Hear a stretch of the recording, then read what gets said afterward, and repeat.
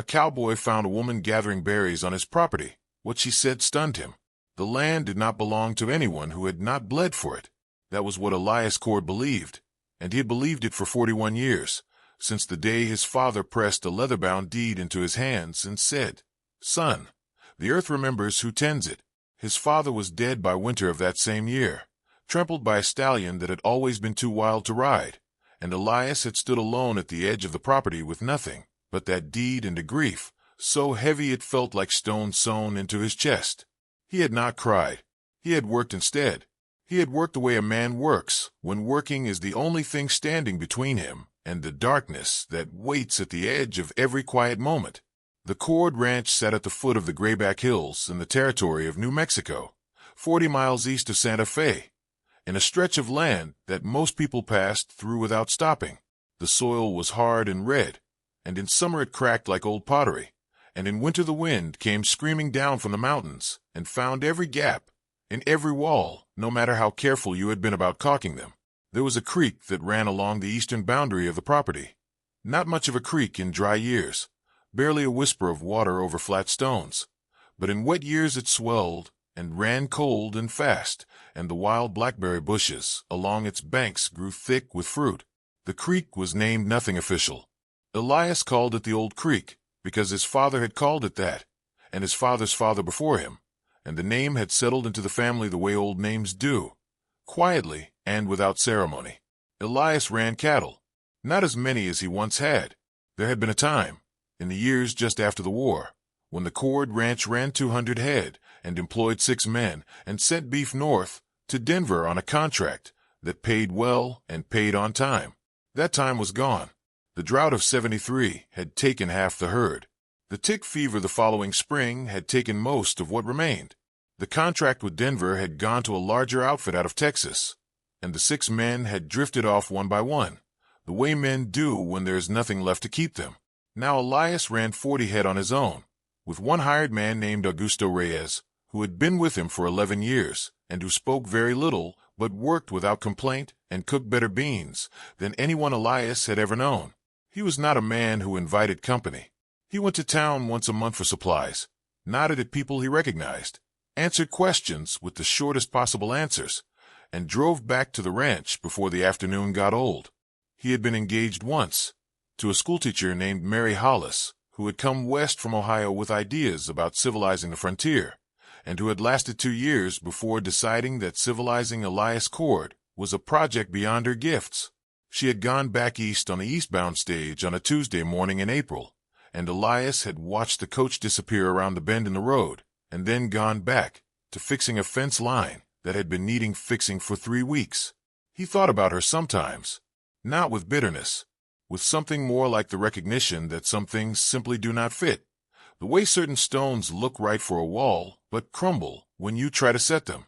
On the morning that changed everything, Elias was riding the eastern fence line, checking for breaks after a storm that had come through 2 nights before with more wind than rain, the kind of storm that knocked things over without giving the ground anything useful in return. The sky had cleared to a hard blue, and the air smelled of dust and sage, and Elias was in no particular hurry, letting the horse pick its own pace along the fence, leaning occasionally from the saddle to check a post or tighten a wire. He was thinking about nothing at all, or at least trying to think about nothing at all, which was the closest thing he had to peace. And then he heard something in the berry thicket along the creek. At first he thought it was an animal. He put his hand to the rifle in the saddle scabbard without drawing it, just letting his fingers rest there, and he turned the horse toward the sound and pushed through the dry grass toward the bank. The blackberries were thick this year, thicker than they had been in a long time, and the branches hung heavy with fruit, dark and ripe, and the smell of them was sweet and slightly fermented in the heat. He pushed around the largest clump of bushes and stopped. There was a woman crouched at the base of the thicket with a cloth bag open beside her and both hands deep in the berry branches, picking with the quick practiced efficiency of someone who had done this many times before. She was not young, not old, somewhere in the country between 40 and 50, with dark hair shot through, with gray pulled back under a faded blue kerchief. Her dress was plain and clean but worn at the elbows, and her hands were stained dark purple from the berries. She did not startle when the horse pushed through the brush. She looked up calmly, assessed him in one long steady look, and went back to picking. Elias sat on his horse and looked at her. This was his land. The fence was 20 yards to the east, and the creek ran between the thicket and the fence, and while the exact boundary at the creek was a matter that could be argued either way, the thicket itself was on his side, had always been on his side, and his father had picked berries from it, and his father's father before that. He cleared his throat. She looked up again. Her eyes were dark brown, direct, not afraid. He said, "This is private land, ma'am." She nodded slowly, as though he had said something she already knew and had already considered. He said, "Those are my berries." She looked at the berries in her hand, then at him, and she said, "Your land grew them. Your water fed them. That is true. But you did not plant them, and you were not going to pick them, and they would have fallen and rotted before the week was out. I have 4 children at home, and nothing in my pantry sweet enough to get them through August." He did not know what to say to this. He had prepared himself for denial or for flight, maybe even for argument, but not for this calm accounting of facts. He sat on his horse and felt slightly foolish, which was not a feeling he was used to. She kept picking. Her hands moved with a sureness that was almost musical, finding the ripe ones without looking, avoiding the hard green ones, dropping them into the bag with a soft rhythmic sound. He said, "Where do you live?" She said, "About 2 miles north, past the yellow rock formation you can see from the road." He knew the place. There had been a homestead there for years, a small claim that changed hands every few seasons because the soil was poor and the water was unreliable and the location was just far enough from town that supplies were always a problem. He had not known anyone had taken it up again. He said, "How long have you been out there?" She said, "For months." He said, "Alone?"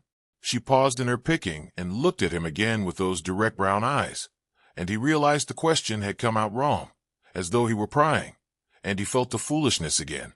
She said, "My husband died in the spring. Fever. I have 4 children. I am not alone in that sense, though I understand what you meant." He took off his hat, which was something he did without thinking when he felt the occasion called for it, a habit his mother had drilled into him before she died when he was 8, and he said, "I am sorry for your loss, ma'am." She nodded, not as though it meant nothing, but as though she had placed a grief somewhere and was not going to take it out here in a stranger's berry thicket. He said, "My name is Elias Cord. This is my ranch." She said, "I know who you are. People in town talk about you." He put his hat back on. He said, "I expect they do. What do they say?" She considered this for a moment with the look of someone choosing their words carefully, not to flatter, but to be honest.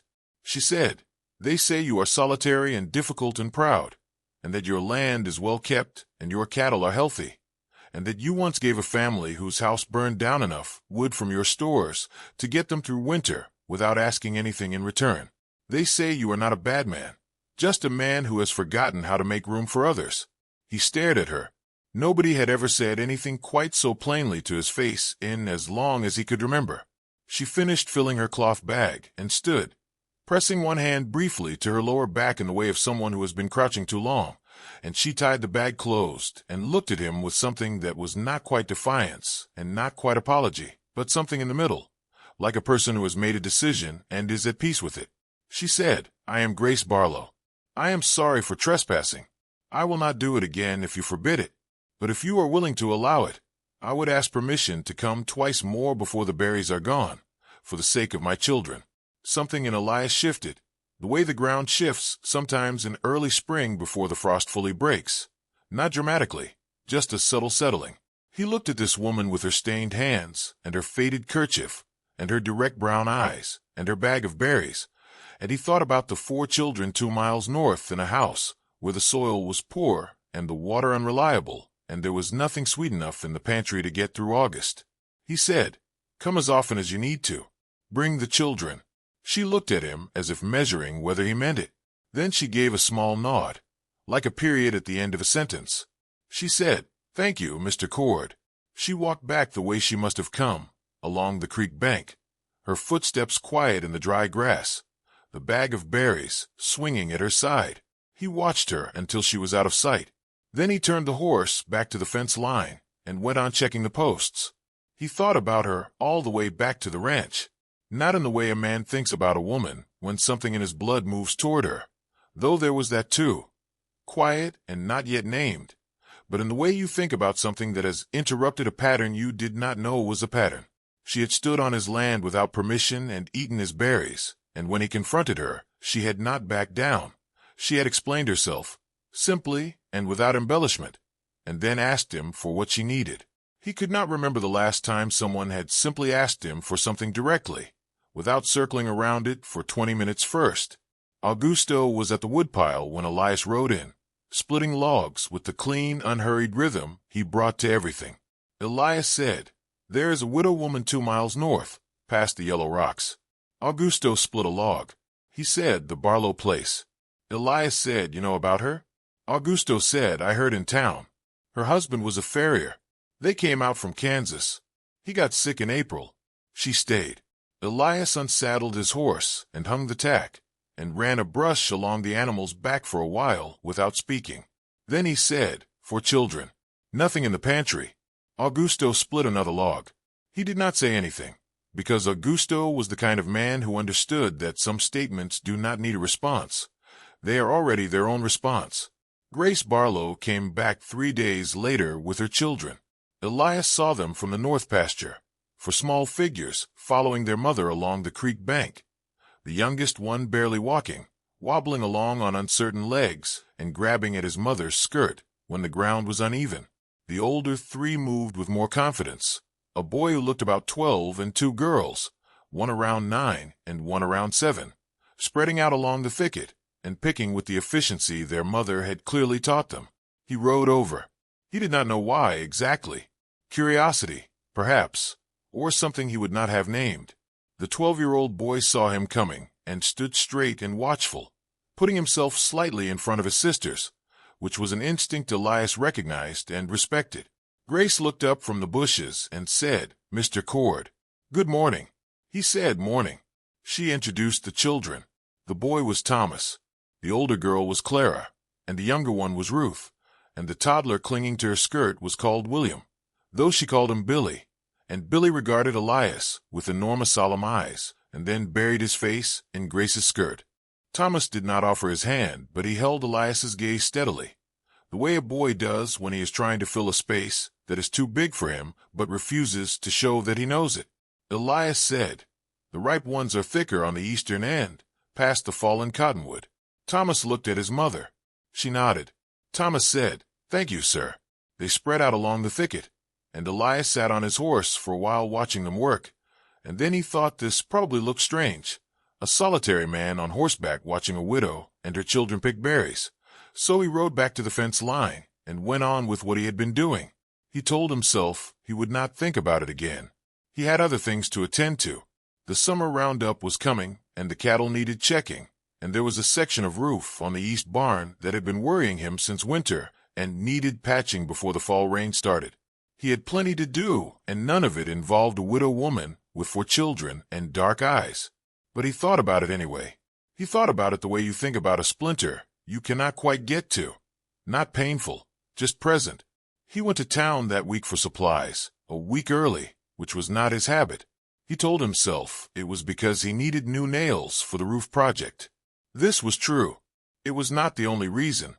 He stopped at the general store and filled his order, and while he was waiting for the clerk to tally it up, he mentioned to the man that he had met the widow Barlow. The clerk, whose name was Holt, and who knew more about everyone's business than was entirely healthy, said that she was a good woman, stubborn as a post, had refused to take charity from anyone in town, had paid for everything she bought, with what she earned taking in mending and alterations, even though it barely covered costs. Elias said, "How are her children?" Holt said, "Thin. The youngest one had a cough last month that worried the doctor, but it seems to have cleared up. She doesn't complain. Just keeps working." Elias picked up his supplies and loaded them into the wagon and drove back toward the ranch. About a mile out of town, he turned the wagon north instead of east, toward the yellow rock formation he could see from the road. The Barlow place was exactly what he expected, a small clapboard house with a lean-to barn and a kitchen garden that was doing poorly in the dry summer, the kind of small holding that was survivable with 2 adults and brutal with 1. The well was hand-dug and probably shallow. The woodpile was small. The fence around the kitchen garden had 2 posts down. He sat in the wagon for a moment. Then he climbed down and knocked on the door. Grace opened it. She was in the middle of something domestic, her sleeves rolled up and flour on her hands, and she looked at him with a kind of careful patience, as though she had already guessed at several possible reasons why Elias Cord would show up at her door and was waiting to see which one was true. He said, "Your fence posts are down." She said, "I know." He said, "I have time this afternoon." She looked at him for a long moment. He could see her working through it, the same way she had worked through whether to ask him about the berries, not too proud to accept help but careful about what accepting it meant. She said, "I cannot pay you for your time, Mr. Cord." He said, "I know that." Another long moment. She said, "The posts are in the lean-to. Thomas knows where the tools are." He fixed the fence. Thomas worked alongside him without being asked, handing him tools and holding posts while he drove them and asking once whether Elias thought it was worth digging the holes deeper to prevent future problems. And when Elias said yes, Thomas said, "That's what I figured," and went and got the longer spade without being told. The boy was 12 years old and already thought 3 steps ahead, which was either a gift or the product of learning too early what happens when things go wrong and you are not prepared. Clara brought them water in a tin cup at midday, gravely and ceremoniously, as though it were an important task, which it was. Ruth sat on the fence rail and watched them work and asked so many questions that Elias lost count. What is that tool called? And why do you use that kind of post? And how do you know how deep is deep enough? And did the fence fall down because of the storm or because it was old? And would the garden do better if the fence was higher? And what do you grow at your ranch? Do you have horses? How many horses? Are they nice horses or mean horses? He answered each question in turn briefly, and she received each answer with a small nod, and then immediately produced another question, like a machine that manufactured inquiry. Thomas, driving in a post, said quietly, "Ruth." She said, "What?" He said, "The man is trying to work." She considered this. She said, "He is still answering, though." Thomas looked at Elias. Elias kept working. He said, "She can keep asking." Thomas almost smiled. It was a careful almost smile, the kind that does not want to commit too fully in case it is somehow wrong to be almost smiling. They finished the fence in the late afternoon. Grace came out of the house and looked it over and said it was good work and thanked him without embarrassment and without the particular kind of excessive gratitude that he always found uncomfortable, the kind that makes you feel more like a stranger than helping people is supposed to. He said, "You're well. May I look at it?" She said, "It's shallow." He said, "I know.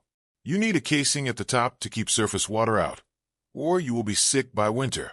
She said, "I know that too. I have not had time."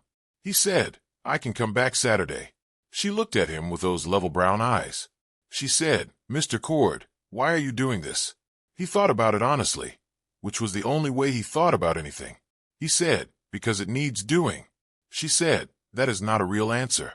He said, "It is the truest one I have." She nodded slowly, the period again. She said, "Saturday, then." He came back Saturday and fixed the well casing. He brought Augusto, who was better with the masonry work, and the 2 of them spent the morning on the well while Thomas watched and learned, and Clara and Ruth kept Billy entertained in the kitchen garden, and Grace worked inside and brought them lunch at noon, biscuits and cold beans and apple preserves from somewhere. Good food, simple food, the kind that tastes better for the work before it. They ate at the outdoor table under the overhang, and Augusto talked about wells, which he knew a great deal about, having grown up in a village in Chihuahua where water was a matter of constant negotiation and expertise, and Thomas asked him questions that were even better than Ruth's, because they were fewer but more precise, and Augusto answered them with the quiet pleasure of a man who rarely finds his knowledge wanted. After lunch, Ruth produced, from some private source, a slightly battered harmonica, and Augusto's eyes lit up in a way that Elias had never seen in 11 years of knowing the man, and it turned out that Augusto played, and for the 20 minutes remaining of the lunch hour the afternoon was filled with a music that was warm and slightly melancholy, and entirely suited to the red land and the hard blue sky, and even Thomas sat still for it. Elias watched Grace watching her children in the music, the way her face lost some of the held quality it usually had, the careful management of expression, and went soft for just those 20 minutes. And he thought that whatever he had lost in the years of solitude, he had not understood clearly what it was until he saw what it looked like present. After that he found reasons to come by the Barlow place regularly. He did not examine the reasons too carefully. There was always something that needed doing. The lean-to roof, the kitchen garden's irrigation, the oldest child's boots that had split at the sole, and he knew the cobbler in town and could bring them in and pick them up on his monthly run. None of it was large. All of it was real. Grace accepted his help with the same honest pragmatism with which she had picked his berries. She did not flirt with him, and she did not pretend the help meant more than help. But she talked to him when he was there, and her talk was the kind that assumed he was capable of following a thought to its end, which was not how most people talked to him, and he found that he valued it the way you value something you did not know you were missing. She told him about her husband, James Barlow, the farrier from Kansas who had come west because he believed the territory was full of horses and therefore full of opportunity, and who had been right about that, but had not accounted for the fever that moved through a community without papers or warning. She talked about James without grief, and without pretending there was no grief, the way a person talks about something that is true and must be true and will continue to be true. He told her about his father, about the deed pressed into his hands and the weight of it and the winter that followed. He had not talked about his father to anyone in a very long time. He had not known there was still that much of it waiting to be said. In the evenings when he rode home along the road between her claim and his ranch, he felt the 41 years in his back the way he always did, and in his hands the way he always did. But there was something else alongside it now, something that was not quite lightness, but was in that direction. Augusto said nothing about any of this. He went about his work with his usual quiet efficiency. But one morning in late August he cooked the beans with extra peppers and made fresh corn tortillas to go with them, which was a significant elevation of his usual effort, and when Elias came in to eat he found that there was enough for 6 people easily. Elias looked at the food, and then at Augusto. Augusto said, "I made too much." Elias said, "Did you?" Augusto said, "It would be a shame to waste it." Elias was quiet for a moment. Then he said, "I will take the extra to the Barlow place this afternoon." Augusto said, "That is a good idea." He took the food. Grace received it without ceremony, and they ate together that evening for the first time, all 6 of them at the outdoor table, Augusto and Thomas debating whether the well casing would need work again before winter, Clara eating with the serious concentration of a child who does not take food for granted, Ruth delivering a detailed report on the state of the kitchen garden that was so thorough it was almost a legal document, and Billy trying determinedly and mostly successfully to eat beans, with a spoon that was too large for his hand. It was a simple meal and a simple evening, and there was no declaration in it of anything. And yet Elias drove back to his ranch in the early dark, feeling that something had shifted past the point of shifting back, and that this was fine. This was more than fine. This was the kind of thing that happens when the ground remembers who tends it. September came in cool, and the berries were done, and the cattle needed work, and the Cord ranch demanded every hour Elias had in the way that ranches do in the turning of the season. But he found an hour on Wednesdays and one on Saturdays, and he spent them at the Barlow place, doing what needed doing. And once when it was too cold to work outside and the children were restless, Grace suggested that Elias and Thomas might want to look at the harness that needed mending because it would give them something to do indoors, and it would teach Thomas a useful skill. And Elias spent that afternoon in the barn with the boy learning to work leather, and Thomas was quick and careful, and his questions were good, and at the end of the afternoon, he had done 2/3 of the mending on his own correctly. Elias said, "You have good hands for this." Thomas said, "My father was a farrier." There was a silence that was neither awkward nor easy, just honest. Elias said, "There are things your father would have taught you over time that I can show you if you want. Not to take his place, just because the skills are worth having." Thomas looked at the mended harness in his hands. He was 12 years old and carrying something too heavy for 12, and he knew it, and he did not complain about it. He said, "I would like that." Elias said, "All right then." That was how it went, not with drama or announcement, just a gradual and honest accumulation. In October, Elias had a problem with the north herd, 3 steers wandering through a break in the fence onto the public range, and he spent 3 days tracking and retrieving them with Augusto, And on the fourth day, he was back on the Barlow claim, fixing the barn door hinge that Grace had mentioned was stiff. And while he was working, Thomas came out of the house and said, "My mother wants to know if you will stay for supper." Elias said, "That depends on what she is making." Thomas said, "Pot roast." Elias said, "Tell her I will stay." Thomas went back inside, and Elias heard, through the open window, Thomas saying something to his mother, and then Grace laughing, a real laugh, not a social laugh, the kind that comes from somewhere unguarded. He had not heard her laugh before, not like that. He stood at the barn door with the hinge in his hand and thought about the 41 years, and the deed in his hands, and the fence lines, and the silence of the ranch in the evenings. And then he thought about a woman who had stood in his berry thicket and explained herself, without apology, and asked for what she needed. And he thought that some things do not fit, and some things, unexpectedly, do. He stayed for supper. The pot roast was very good. Ruth told him an extremely detailed story about a spider she had found in the kitchen garden that had built a web between 2 tomato plants, and that she had decided was named Gerald.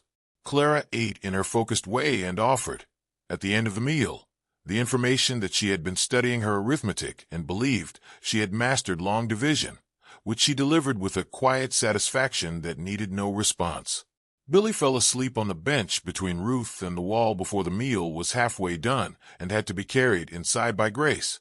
And when she came back, Elias and Thomas were washing the dishes, which was something Elias had not done in a domestic setting in longer than he could clearly remember, and it felt neither strange nor significant, just the right thing to fill the time with.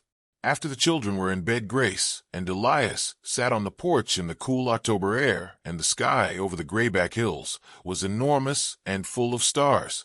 She had a cup of coffee, and he had water, because coffee this late kept him awake. And they sat for a while in a silence that was comfortable in the way that only silences between people who have said enough true things to each other can be comfortable. She said, "I want to ask you something, and I want you to answer honestly." He said, "That is the only way I know how to answer." She said, "Why are you here, Elias?" "Not the practical reasons. The real one." He thought about it. He thought about it with the same care he applied to fence lines and herd counts, because he did not think honesty should be careless even when the subject was not practical. He said, "Because when you walked away from my berry thicket with that bag of berries, and your back straight, and your chin up, I felt something I had not felt in a long time." He paused. "I felt like the world was larger than I had been living in it." She was quiet for a while with that. She said, "I am not looking to be rescued." He said, "I know that. I am not much good at rescuing. I am only good at showing up and doing what needs doing." She said, "I know that too. That is why I am asking." He said, "I am not asking you for anything tonight. I do not have the right to ask you for anything tonight. I have known you 3 months, and you are in the middle of something hard, and your children are still finding their footing, and you do not need a complication." She said, "And?" He said, "And I would like to keep coming by, if you will have me. And when the time is right, which is not now, I would like to ask you something more than that." She considered this for a long time, looking at the stars. Then she said, "That is a careful answer." He said, "I am a careful man." She said, "You are." She paused. "Come Wednesday, then. The fence on the west side of the garden is starting to lean." He said, "I will look at it." She said, "Good night, Elias." He said, "Good night, Grace." He drove back to his ranch in the dark with the stars very bright over the road, and the air smelled of sage and the coming cold, and the horse knew its way home, so he did not have to pay close attention. And in that half-alert state between attention and dreaming, he thought about what his father had said, that the earth remembers who tends it. And he thought that this was true of other things too, of people, of the parts of yourself you had thought gone to dust. November brought the first real cold, and the Barlow claims with situation became urgent. Elias said nothing to Grace about it directly, because he had by now learned that her pride was not a weakness to be managed, but a quality to be respected, the same quality that had made her stand in his berry thicket and explain herself without flinching. He said to Thomas that he was going to be splitting extra wood this month because he needed to clear some deadfall from the north end of his property, and the wood would go to waste if nobody took it, and he could use an extra pair of hands. Would Thomas be available some afternoons after his schoolwork? Thomas said yes. They spent 4 afternoons splitting wood on the Cord ranch, and 3 of those afternoons Elias drove Thomas home in the wagon with the split wood loaded in the back. And each time Grace helped unstack it into the lean-to, without comment except to say, once, in a tone of perfect seriousness, that it was a lot of deadfall. She hoped he was not taking too much from his own supply. He said, "I have plenty." She said, "Of course you do." There was something in the way she said it that was not quite a smile, but was in that direction too. December came, and the creek was down to a trickle, and the hills were brown, and the cold settled in for serious business. Not the killing cold of the high country, but the persistent nagging cold of the lower elevations that works its way into the bones if you give it a chance. Elias had the roof on the east barn finished, and the cattle in good shape for winter, and all his fence line solid, and he had more time than usual on his hands, which was not a comfortable thing for a man who had used work the way other men use whiskey, to keep the quiet at bay. He went to the Barlow place on Wednesday, as he always did, and found Ruth sitting on the porch steps wrapped in a blanket with a book in her lap, and a very unhappy expression on her face. He said, "What happened?" She said, "Clara and Thomas are both doing schoolwork, and Billy is sleeping, and Mama is sewing, and nobody will talk to me." He said, "What are you reading?" She said, "It is supposed to be a history book, but it is the most boring thing ever written in the history of all time." He sat down on the steps beside her and said, "Let me see." She handed him the book with the air of someone presenting evidence of a crime. He looked at the chapter she was on, which was about the westward expansion, and he said, "This is badly written." Ruth said, "I knew it." He said, "I can tell you the actual story of it, if you want, from someone who was there for part of it." She said, "You were there?" He said, "Not for the very beginning of it, but I was born in 44, and my father came to New Mexico in 52, and I have been here since I was 8 years old, so I know a good part of it from the inside." Ruth put the book down and turned to face him with the full focused attention she brought to things that genuinely interested her. He talked for an hour. He told her about the land before the fences, about the cattle drives that were already beginning to end by the time he was grown, about the treaty with Mexico and what it had meant and what it had not meant for the people already living in the territory. He told her about his father and the deed and the first hard winter and about the drought and what it had taken. He told her about the Apache and about the failures of the government and about men he had known, honest men and dishonest ones, and the difference was never as clean as the history books made it. Ruth listened to all of it with a quality of attention that was rare in a child of 9, or in a person of any age, and she asked questions that showed she was tracking not just the facts, but the meaning underneath them. When Grace came out to see why Elias had not come inside, she found the two of them deep in conversation about the Mexican-American War, and she stood in the doorway for a moment watching her daughter's face, alive and intent, and her expression was the unguarded one, the real one. She said, "Supper is almost ready. Ruth, come help me with the table." Ruth went inside, trailing questions over her shoulder as she went. Grace held the door open for Elias, and as he passed she said, very quietly, "She has not talked that much in 2 weeks. I was worried about her." He said, "She is not the kind of child who goes quiet. When she goes quiet, something is wrong." Grace looked at him with an expression he could not quite read. Something moved behind those direct brown eyes. She said, "No, she is not. You noticed that." He said, "I have been paying attention." She said, "I know you have," and she went inside to the stove. Christmas came and went quietly on both properties. Elias did not make much of Christmas on his own, but this year he rode to town and bought candy sticks for the children and a good quality sewing kit for Grace that was practical rather than sentimental, which he thought she would prefer, and he was right.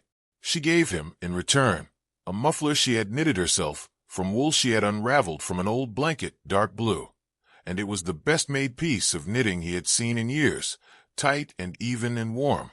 Thomas gave him a pocket-sized notebook he had made himself, stitching the pages together between 2 pieces of leather cut from scraps in the barn, and on the first page, in careful print, he had written, "For when you need to remember things." Elias did not know what to do with that, and so he put it in his breast pocket, where he kept his good pen, and nodded at Thomas, and Thomas nodded back, which was all either of them needed. January of the new year was cold and hard, and there was a problem with one of the Cord cattle. a heifer that was sick with something that the livestock knowledge of 40 years could not precisely name, and he spent 3 days nursing her through it, and she lived, which felt like a small victory against the general indifference of the universe. He told Grace about it on the Wednesday after, and she listened with the genuine interest of someone who understood that cattle were not abstractions, but specific animals with specific fates. She said, "What will you do if you lose the herd?" He looked at her. It was not the kind of question polite people asked, the kind that went straight past the comfortable surface into the real situation. He said, "I do not know. I have been thinking about it. The market is different now than it was. You cannot run 40 head the way you could run 200 and have it make sense." He paused. "I have been thinking about horses." She said, "Horses." He said, "There is a cavalry contract available for quality mounts. Augusto knows horses better than he knows cattle, and so do I. The land would support it, but it would mean a different kind of operation." She said, "Change is hard for you." He said, "How do you know that?" She said, "Elias, you have been sleeping in the same house since you were 8 years old, and you go to town on the same day every month, and you eat the same breakfast every morning. You are not a man who reaches for change." He said, "You noticed that?" She said, "I have been paying attention." They sat with that for a moment, the echo of his own words back to him, and something in it was funny, and something in it was more than funny. And Grace smiled, not the careful partial smile, but the real one. And he thought about the evening in October when he had sat on this porch and said the world felt larger than he had been living in it. And he thought, yes, exactly that. February was when the trouble came, not from inside the arrangement they had built, quietly and without ceremony, over these months, but from outside it, in the form of a man named Desmond Price, who had bought land to the south, and who had ideas about water rights and about the creek that ran along the eastern boundary of the Cord Ranch. Price came to town in February with a lawyer from Santa Fe and filed a claim at the land office asserting that the creek, which he called Barlow Creek in his filing, which was wrong on 2 counts, ran through disputed territory, and that the water rights were shared, and that the Cord Ranch had been drawing from them exclusively for years, without compensation. It was the kind of legal maneuver that was common in the territory, using paperwork and lawyers to accomplish what honest dealing could not. And Elias knew it for what it was because he had seen it before.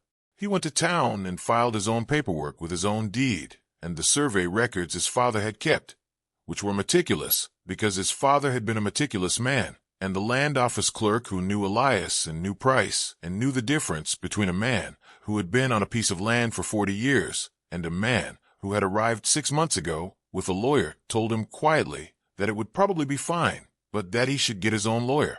He got a lawyer. The lawyer cost money he did not have easily to spare. He came back from Santa Fe in a dark mood and rode the fence line in the cold afternoon for an hour without purpose, just moving, because moving was better than standing still with anger. He went to the Barlow place the next day, not on his usual Wednesday, just because he needed to go somewhere that was not his own house. Grace took one look at his face when she opened the door and said, "Come in and tell me." He told her. She listened to all of it without interrupting, which was a talent not everyone had. When he was done, she said, "Price, I know who he is. He approached me last month about buying my claim." Elias went still. She said, "I told him no. He was not pleased about it." He said, "He came to you personally?" She said, "Yes. He said the land was too much for a widow on her own, and he could make me a fair offer." She paused. "The offer was not fair. I told him so in some detail." He said, "Grace." She said, "Elias." He said, "If he is filing against my water rights and trying to buy your claim, he is building something bigger. He wants the whole north section." She said, "I know that." He said, "Your claim is not at risk. Your deed is solid. But if he buys up the other claims between your land and the road and cuts off access." She said, "I know that too." He looked at her. She was not afraid. She was thinking, the same efficient forward-looking thinking he had seen in Thomas, which made sense because Thomas had gotten it from somewhere. She said, "What do you need from me?" He said, "Nothing. This is my problem." She said, "It stopped being only your problem when he came to my door." She met his eyes directly. "We share a creek, and we share a road, and we share 4 months of Wednesday afternoons, and 1 pot roast and Christmas morning with candy sticks. It is not only your problem. He was quiet for a moment. He said, "The survey records. If you have any documentation about the creek from when James filed the original claim, it might support what I am arguing with the land office." She said, "I have everything James ever filed. He kept every paper." She stood up. "Let me look." She found it in an hour. A letter of agreement from the previous owner of her claim acknowledging the creek as a boundary marker and Cord land on the western bank, which put the thicket firmly on Elias's property, and also established the water rights in a way that matched his father's survey exactly. He held the paper and looked at it and thought about the fact that this woman had a document in her keeping that could save his water rights, that she had had it for 4 months without knowing, that it had been waiting in a box of James Barlow's careful paperwork for this particular use. He said, "May I take this to the lawyer?" She said, "Take it. Make a copy first." She paused. James believed in keeping copies of everything. He said he was a wise man. She said yes, he was. She said it without sadness and with something like pride, the way you speak of a person who was good at being themselves. The lawyer took the document and the case was settled by April. The water rights confirmed and Price's claim dismissed, and Price sold his southern land that summer and moved on to trouble someone else somewhere else, which was the nature of men like Price. On the afternoon, the lawyer sent word that the case was decided. Elias rode to the Barlow place with a bottle of wine he had bought in Santa Fe on his last trip, which he had been keeping in the cellar for the right occasion. Grace accepted it with both hands and looked at it and said, "I have not had wine since James and I got married." He said, "I thought the occasion merited it." She said, "I agree." They drank it on the porch in the April evening, the hills going gold in the late light, the children inside doing whatever children do when adults are on the porch with wine. Grace sat with her cup and her feet up on the porch rail, and her face in the fading light looked, Elias thought, like the territory itself, something that had been through a great deal and was still here, still rooted, still bearing fruit. He said, "I want to ask you something." She said, "I have been wondering when you would." He said, "I told you in October it was not the right time." She said, "It is April now." He said, "Yes." She waited. He said, "I am not a simple man to live with. I know that about myself. I am solitary, and I am set in my habits, and I am not quick to say what I feel, which is a failing I am trying to address." He paused. "But I am honest, and I am steady, and I will not leave, which is a thing worth saying, because a lot of men do." She looked at him, and her expression was the one he had come to know as her real one, the unguarded one. He said, "I would like to marry you, Grace Barlow, if you are willing, and I would like to bring you and the children to the Cord Ranch, or to help you build something better on your claim, whichever you prefer, and I would like to spend whatever years I have left in a world that is as large as it has been since I met you." She looked at the hills for a while. The evening was very quiet, just the small sounds of the land settling into dark. She said, "I have 4 children who need a steady hand and a patient one." He said, "I know." She said, "Thomas is going to be difficult for a while about any man who is not his father." He said, "Thomas and I have an understanding. It will take time, and he will come around in his own way. I am not asking to replace James." She said, "Ruth will ask you questions every day for the rest of your life." He said, "I have the notebook." She almost smiled. She said, "Clara is going to expect you to be interested in her mathematics." He said, "I have always been comfortable with numbers." She said, "Billy is going to need everything." He said, "I know.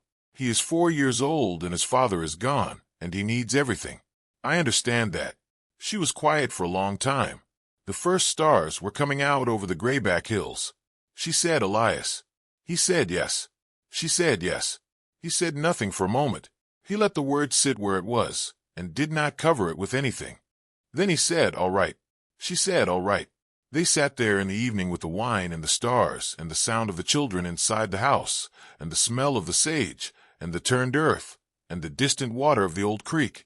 And it was as simple as that, and as difficult, and as right. The wedding was in June, on a Saturday morning, in the yard of the Cord Ranch, because it was larger and because Grace said she had always liked the view of the hills from there. The preacher from town came out, and Holt from the general store and his wife, and Augusto, who wore his good shirt and played the harmonica quietly before the ceremony, and not during it because Grace had asked him not to, though she had asked him very kindly. Thomas stood at the edge of it with the careful, watchful quality he always had, not hostile, but reserving judgment, which was fair. He shook Elias's hand before the ceremony when Elias offered it, a firm shake, and Elias said, "I know this is not what you would choose." Thomas said, "No, but I know what my mother needs, and I know what she has chosen, and I trust her judgment." He paused. "I will tell you if I think you are failing her." Elias said, "I would expect nothing less." Clara stood beside her mother during the ceremony with her hands folded and her face composed, attending to it as she attended to everything, seriously and without ceremony. Ruth cried, which surprised everyone, including Ruth, who said afterward that she had not expected to and could not fully explain it, but that she thought it was the kind of crying that was not sad, the kind that happens when something is over and something is beginning and you feel both at once. Billy, 3 days short of his 5th birthday, sat in Augusto's arms through most of it and ate a biscuit and regarded the proceedings with thoughtful equanimity. After the ceremony was done and the preacher had gone and Holt and his wife had said their congratulations and driven back toward town, Elias and Grace stood in the yard in the June morning while the children ran in the grass, and Augusto quietly disappeared toward the kitchen to start the wedding lunch. And the hills were green from the spring rains, and the creek was running well this year, and the sky was the color of a promise. Grace put her hand through his arm the way she had not done before, with a casualness that was also a choice, and he put his hand over hers, and they stood there looking at the land. She said, "Your father said the earth remembers who tends it." He said, "How did you know that?" She said, "You told me. In November, when we were talking about the changes you were considering for the ranch." He did not remember saying it, but he believed it. He said, "Yes, that is what he said." She said, "I think he was right." He thought about the berry thicket along the old creek, and the woman crouched in it with her stained hands and her cloth bag, and the 41 years before her, and the years that would come after, and the children in the grass, and Augusto in the kitchen, and the hills going green, and the water running. He said, "Yes, I think he was right too. The earth remembers, not as a reward for the deserving or a punishment for the careless, but simply as the nature of things, that what you tend grows back toward you, that the work you do in solitude is still work, that the years of keeping a thing alive do not go unwitnessed even when there is no one there to witness them, because the land itself is the witness, the fence lines held and the herd counted and the creek running where it has always run, and when the time comes, all of it is still there, solid and real, ready to be a foundation for something you did not know you were building toward. The hardest thing is not the solitude. The hardest thing is believing, in the middle of the solitude, that it is not the final condition, that it is only a long preparation. Elias Cord had kept his land for 41 years. He had not known, until a woman walked out of his berry thicket with stained hands and direct brown eyes and said, "Your land grew them, your water fed them," that he had been keeping it for something more than himself. Some gifts arrive in July when the berries are ripe and the ground is dry, and the woman crouching in your thicket is a stranger, and you are about to tell her to leave. The wisdom is in what you do next. You take off your hat. You listen. You say, "Come as often as you need to. Bring the children," and you see what grows.